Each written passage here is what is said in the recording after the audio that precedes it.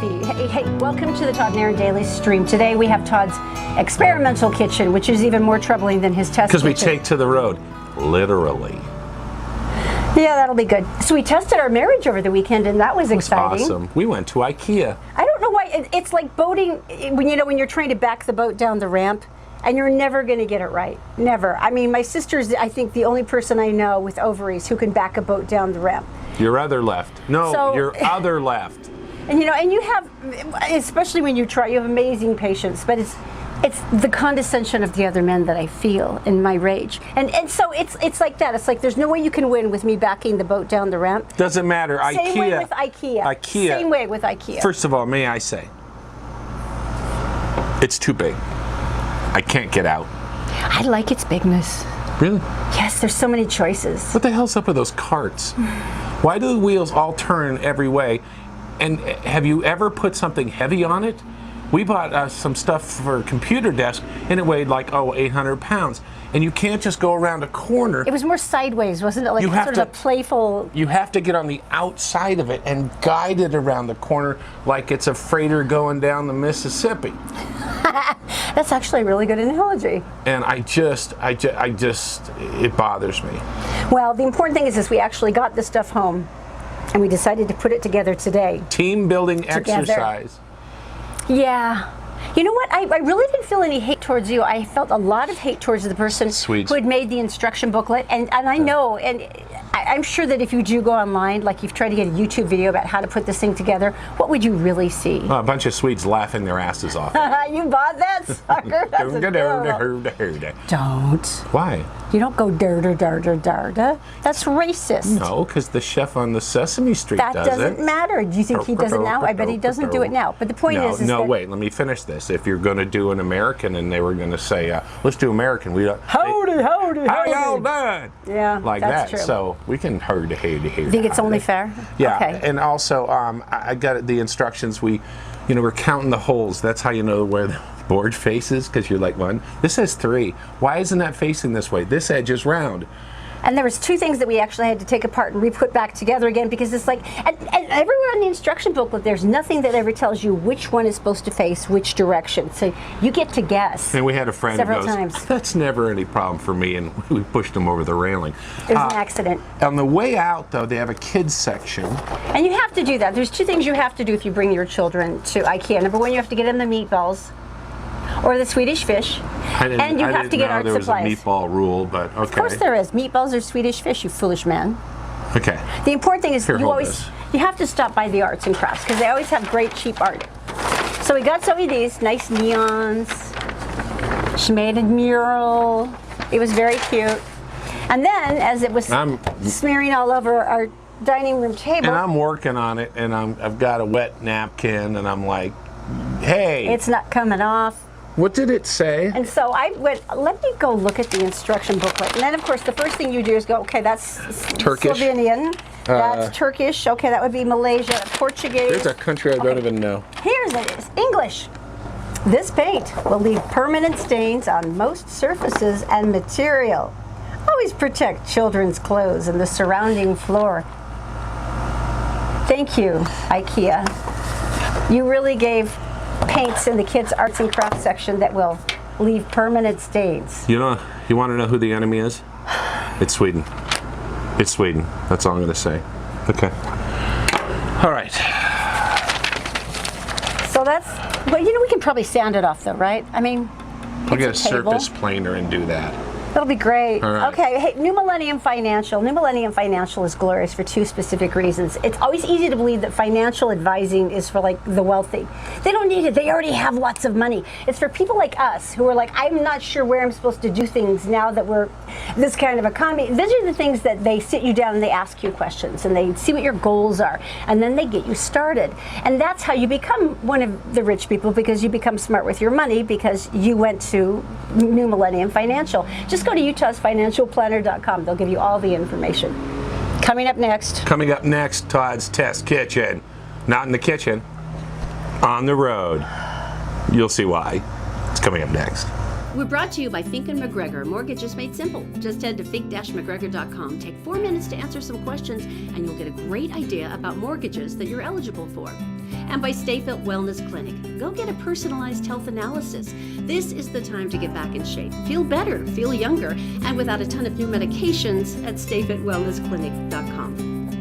Really, honey, I love you, but this might be one of the dumber ideas that you've come up with. It's a cliche, so I want to find out. It's so funny because you said, hey, don't cook the eggs in your pants. Well, no, you were saying, hey, I want to try this out, and I wonder how fast that it would work. Would it work faster to cook an egg on the sidewalk or in your pants? And I'm like, why would you do that? And then I remember we talked about the crotch pot thing last week where you were supposed to cook food in your pants while you were hiking. Right. And I thought that's what you meant. Okay. But no, you meant in a pan. In a pan. Fine. Okay, so here we go. Okay. The egg. Yeah. It's 103 for a high today, so we really do want to know just how hot the egg must be. Wow. I gotta hold it in place. Ow! Does it look congealed enough to hold its shape? I'm gonna block it with a shell for a second. Okay. This is what happens when you don't have a level stove. Wow, you're taking this kind of personally, This is aren't the you, way honey? you do. Okay. My butt's on fire. Yeah. Well, it's oozing out. I don't know if it's doing much else. That's a Are we lovely gonna brown leave color. this and then come back? I think we should. I'm uncomfortable. Do we want to be uncomfortable just for science? I'm not sure, but if we're gonna do that, let's Really? put some bacon down too. Seriously? Oh, Put if- it directly on the hot. Don't put it on the egg part, because the egg part has already cooled the sidewalk slightly. I Okay. read up about this on Bill Nye. Did you really? You really did bacon? Are you embarrassed right now? No, not at all. I love bacon. And the good thing about bacon is we don't have to clean it up, because someone will come along and go, hey, It's bacon. it's bacon. Mm-hmm. I guess there's that. All right, so I guess we just, Check on this in a minute. yeah, Okay? Yeah. wait. It's cooking along the edge, Really? or just drying out. Dry now. Okay, I'm gonna move this then. We're good. It could happen. It still might happen. Look at that. That's Perfect. That's a lovely yolk. Okay, very good. We'll be back. I don't know, I'm a little disappointed.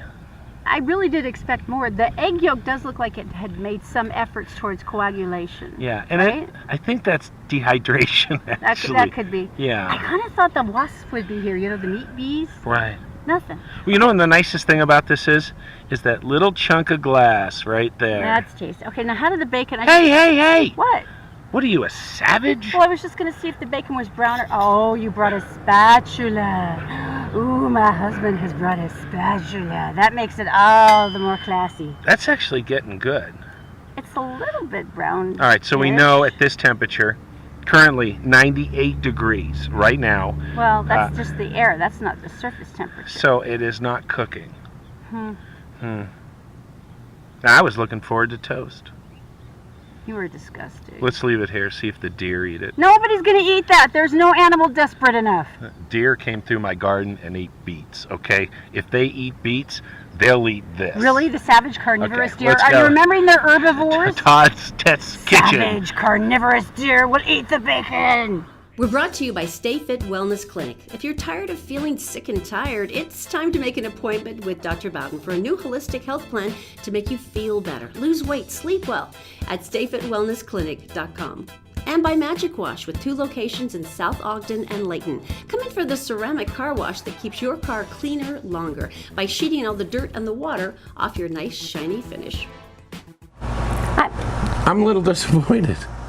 Number one, I really did think we would get better results. I wanted it to work. Number 2, I was hungry. And Like you would have done it. Although I did get a comment from a friend of mine on Facebook who said, you should try that on the hood of the car. It works super well, as we discovered when my little sister did it about 4 years ago. And now there's a big permanent peeling spot. otherwise, the other thing that's good is when the kids go up and use a metal spatula. That's always good Take too. it off your deal. I just thought, I don't know, Bill Nye the Science Guy did it. Yeah. But he felt like it really had to be a temperature of like 130 All right. to make it. So this is a story of, you said you wanted to dedicate this. This story is brought to you by Brio Technologies for the Schadenfreude. You'll understand what I mean. Schadenfreude, of course, the German word which means finding pleasure in the misfortunes of others. Here's someone. See why? This is Youngstown, Ohio. Lady had stolen this lady's pocketbook, had a checkbook, Oh, I hate that. and had her ID. And see, that's the worst part. It's not even the money you lose. It's the fact, like, oh crap, now is it going to be online? You know, is everyone going to have my information? And number two, you have to replace everything. It takes forever. So anyway, she's in the bank. She's trying to cash a check. She on this lady's account, and she wrote it out, and she maybe kind of made herself look a little bit like her in some way. And then she went up there and she said $600. First of all, if you're going to steal something, Make an effort. Really. make it at $600. Let's take it all the way through, okay? Really? And Yeah. so basically, she's trying to cash it, and I think the teller said something like, "Well, thanks, Mrs. Johnson." Next teller over. Lady turns. That's not. She looks and she Mrs. goes, Johnson. I'm a Mrs. Johnson.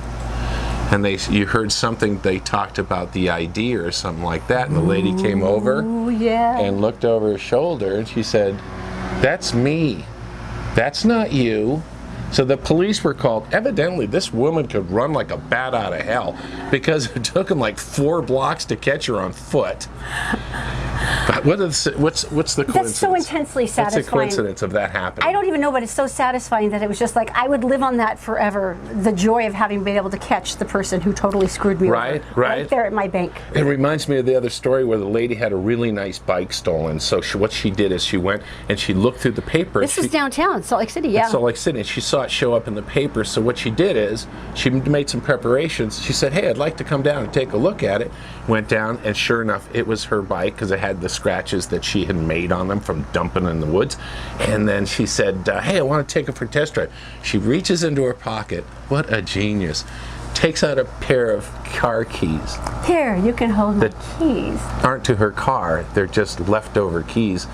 Throws it to him and rides off into the distance. That was satisfying. Such a brilliant move. All right, tell me something good. This is brought to you by PC Laptops. PC Laptops, we are in love with Dan right now because he just gave us Holy mackerel. the computer of awesome. But you know what's really fun is I took my 2 nieces down there after that because they're both incredibly broke college students who have no money and live on, you know, ramen, because that's what you do. And they both needed a laptop. They literally are not joking when they say they start at $7.99 and there's lifetime service and labor and parts and everything. It's amazing. So whether you just want to keep in contact with your grandkids, or you got school going on, or you're a business person and on the road and traveling. Or you want a complex computer that can control NASA from your house. We have one of those now. Oh, we do. We just can't spell NASA. Yeah, well, the best thing to do is go to PCLaptops.com. There's 10 locations. There's one very close to you, I promise. All right, tell me we something ready? good. Okay. I've always had an enormous soft spot for farmers in America because I can't even imagine a job that is harder. You're working during the heat of the summer. You're working during the freezing cold of winter. You are working all the time. And the deal is when you plant, you don't know if there's going to be rain. Your crop depends on so many things. You don't know if the soybean market is going to drop because of something random. Right. The point is this: it's unbelievable, and these family farms have been shrinking and shrinking, and the incredible value that the families place on passing this down to each other it's unbelievable. Well, here's the deal: in 2011, David and his family learned that the 80 acres that they had lost as their family farm were going up for auction in a couple of weeks. Now, David, he was the son, and he knew what this had done to his dad. He knew it had just destroyed him emotionally. Oh, yeah. And how would it not? And he goes, okay, I've got to figure out how to get a huge, amount of money. Right. Because this is going to be 80 crazy. acres in a farm area would be like so expensive. So, I mean, after 2 weeks, they did everything they could possibly think of, sold everything they could borrow, and they went to the auction with their best number, which is every penny they had. Right. Now, as they walked through the door of the auction house, they just went, oh, crap, because the place was hugely crowded. Because apparently there were, news of bargains, and there was a lot of investors. Yeah. And the place was packed with over 200 farmers, and there were some that had property adjacent that probably wanted to enlarge theirs. Right. And they looked at each other and went, we're so screwed. And his dad, we've got to try. So the auctioneer put up their parcel. Oh, gosh. Said first bid, and they looked at each other and they put a bid on every single penny they had. Right. They And all at once? Yeah, every single penny they had, because they're like in for nothing or out. And so the auctioneer acknowledged their bid and said, okay, next highest, did the rapid talking blah, blah, blah thing they did. Complete silence fell over the room. Now, after many other attempts, I mean, he kept going, hey, no, seriously, guys, yeah, here's the... Right. Yeah, And it's a must-sell auction. yeah, and so he took a break, and when... What do you mean he took a break? He took a break because he's like telling the He's people freaking of the out. auction, like, I don't know what to do because no one... Right. And so they reconvened, second bid was once again called for, complete silence. They And this is from the bank. The bank has the property. And you know, all the farmers are standing there, and David and his dad are like, and their hearts. You and I have like done minor stupid bids, like bids for like Yeah. tickets to Burning Man, Yeah. which is nothing compared to somebody's life and their family farm. And you remember, like, our hands are shaking. Yeah. We're like, imagine doing that during 4 breaks. So every time the room was completely silent, and finally the auctioneer said, you know, knocked it out. Said, it's yours. You've won. And the family farm was once again complete. Now, David said, what's the deal? David said this, I've had 2 profoundly humbling days in my life. The first day was when my son was born, and the second was that day at the auction house. Now, you could see the emotion on their faces when they were talking about it. He said, what happened that night? What happened at the auction house? I mean, what on earth would possess... What kind of magic happened? He said, it was respect. He said, that's what was right with our world as community. He said, these were all farmers that had grown up with my dad. They had all shared laborers. They had all put in together on different things. And every single one of them, without being told, knew exactly what parcel of land it is. They saw his dad walk in. They knew exactly who it was. They had a knife against the back of the guy next to him. Maybe, possibly, but That's so cool. not one of them was willing to raise a bid. There you go. And you've got to think about the potential income and all the things they gave away, and they're like, no, That's a cool story. this is his. It is. I'm slightly verklempt, so you I might am have too, to close out. jerk. Oh, Christopher's. Christopher's, I have to tell you about this. If you're looking for a great meal, Christopher's is the place to go. Christopher's Prime Steakhouse, Oh, the most glorious food. Salt Lake City. Interestingly, I had a friend who went who was vegetarian, but she did take 3 meat eaters. What? And I was cracking Well, up. there's side dishes, right? And she said, well, she said, it was just delicious. There was amazing fish, and Right. everyone else had the steak, but the side dishes were incredible. And I went, okay. I don't traditionally see people who go for the fish, but she said it was amazing. So we're giving away a table for 4, and we want you to go, and simply to enter, all you have to do. Share the show today. Doesn't matter when you're watching, because we do this all the time. Share the show. We'll take a recent share on Friday. We will award dinner, and we would love to see you go and have a wonderful time. There you go. Plus, when you share the show, you annoy your friends, and that gives us great pleasure. And it's great. You guys, thanks for watching. We'll be back tomorrow with the Todd and Aaron daily stream right here on the back porch. And it's really hot. The deck. Still.